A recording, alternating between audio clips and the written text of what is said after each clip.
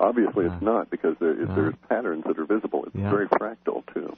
It's the antithesis of random. Now, organized, if you will, but then you go to the issue of who organized it and why, and so on. And we don't get into that. We're just bumbling around trying to use it. Yeah. All right. Now, here's a question.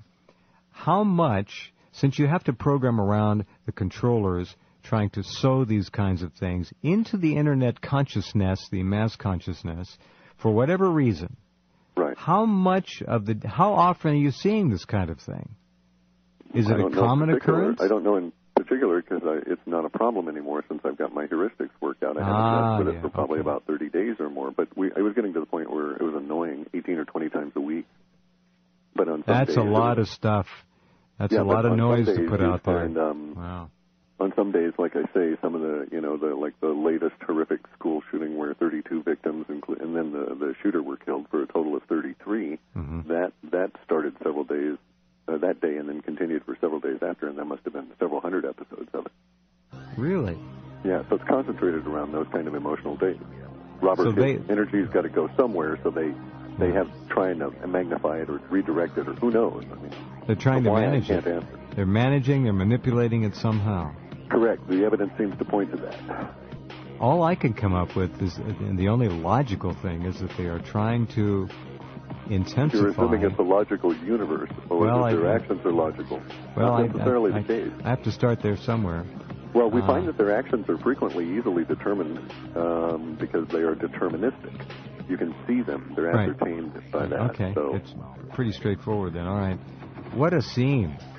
Back with the ever-fascinating discussion from halfpasthuman.com with Clif in just a minute.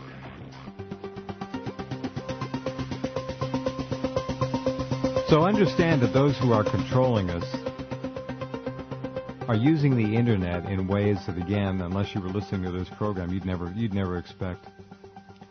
Okay, now since you've programmed them out of your world, so to speak, at least as much as you want to, you're getting the true spontaneous read from the collective unconscious, hopefully uninterfered with. Are we still looking to October 7th? Is that still showing up? It is still within several hours of the spot that we'd originally pegged. 7:25 a.m.? 7:10. 7:10 a.m. What time zone? UTC, Universal Time Coordinates, which really is it's the heart of the Illuminati. It's the Greenwich Mean Time. What would that be, Pacific time? 8 hours earlier. We're 8 hours behind the sun crossing the meridian that Greenwich is on. But basically, so we would be looking in the early afternoon. For us, probably around 1-ish, yeah. We should start seeing, but see, it's a range. We had just picked 7:10 because it was convenient. The number was easy to handle, and it was also the 10th month and the 7th day. Which it turns out, we use a lunar calendar, but it's one of our own devising that's just used within our prologue component. So it doesn't really go to the extent of being a human calendar per se, but nonetheless, turns out that October 8th is Yom Kippur. And a curious note is that Yom Kippur, of course, is built on a lunar calendar and was the day in which we had the crash in 29 and also in 87.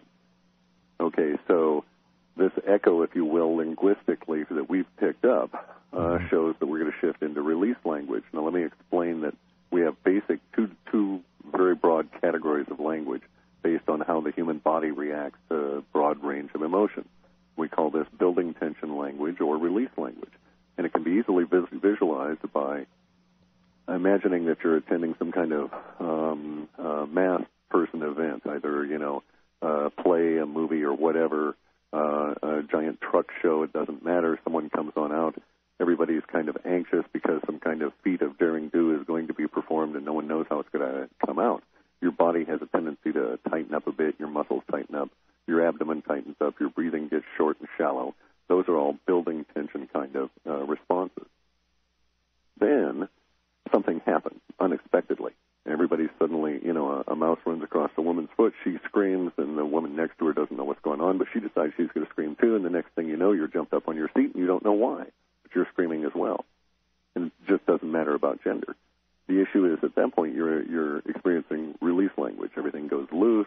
Your body is a little bit far less tense. There's a sort of a rushing of the blood. You may not even be able to hear yourself or anything around you because of the pounding in your ears. This kind of thing are all release emotions. Now, those are dramatic examples of them, and they have various different grades.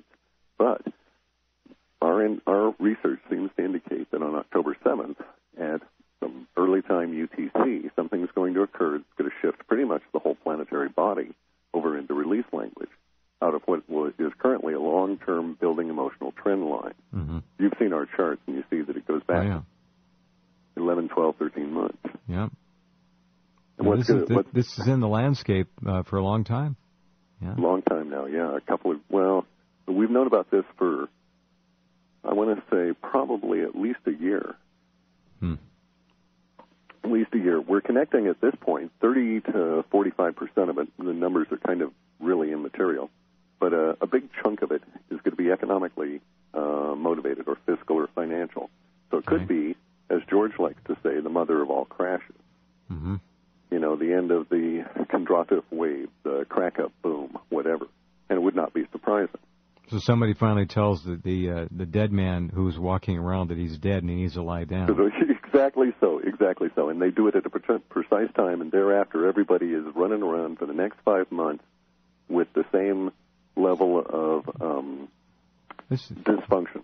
5 months dysfunction. That's a long haul. That's the shocking part about it.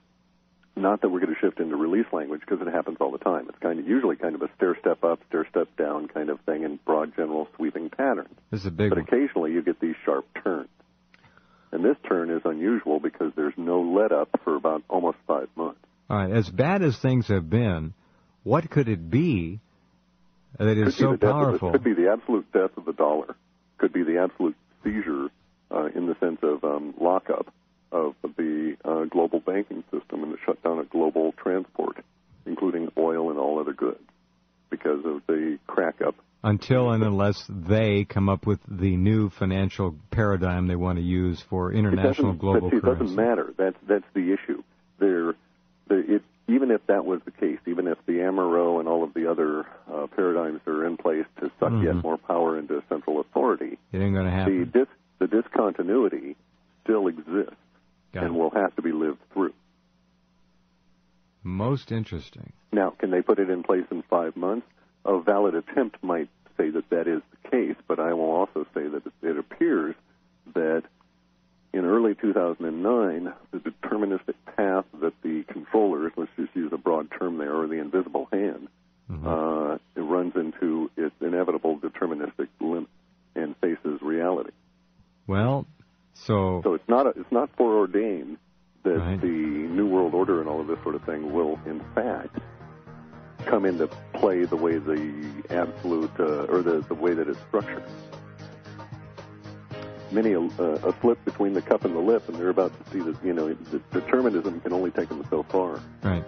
All right, let's pause. We'll come back with Clif and explore this a little bit further. So the ramifications of this October 7th or thereabout release date, when the anticipatory, emotional, stressful language changes into release language. Oh my God, this has happened. Now we've got to deal with it. Yeah. Is October 7th or thereabout. We'll find out if there are any other language sets that are coming into play, such as war, or does it appear to be, as Clif said, primarily financial. Next.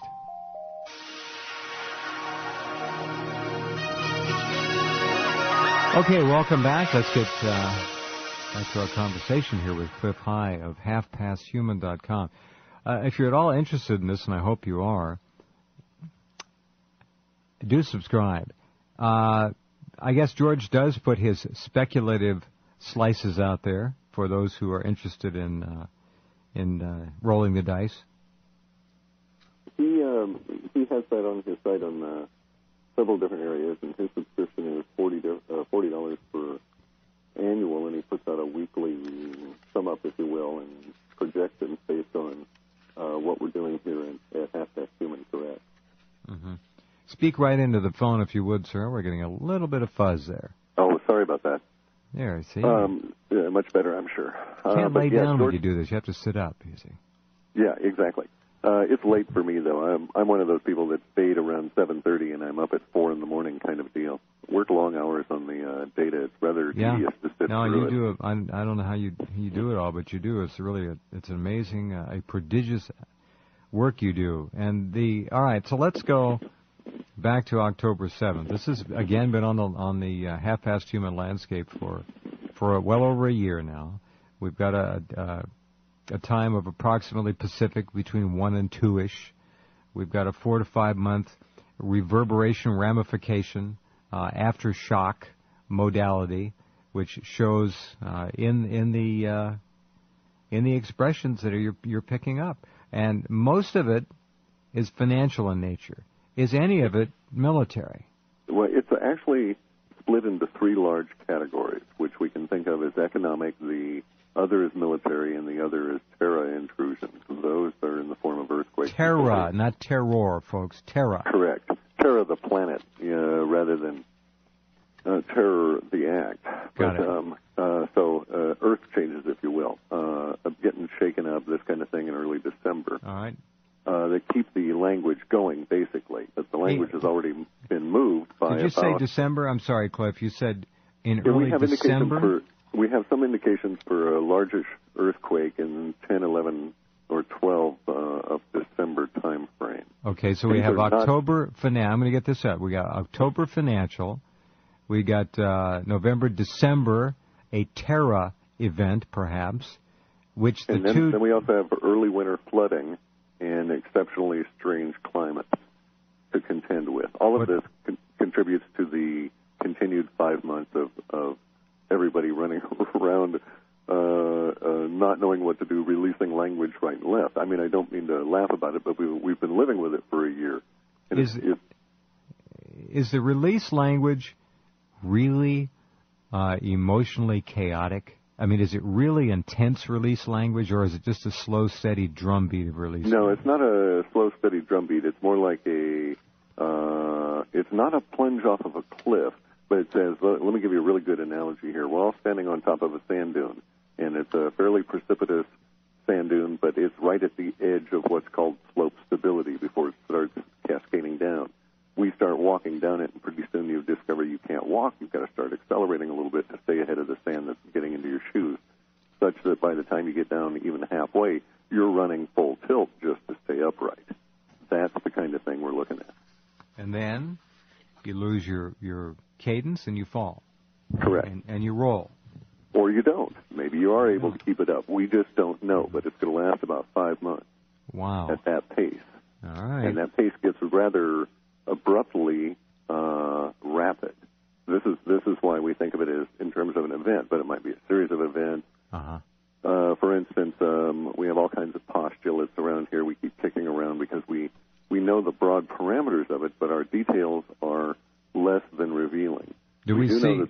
Go ahead, please. Sorry. That there is a military component involved in this. Right.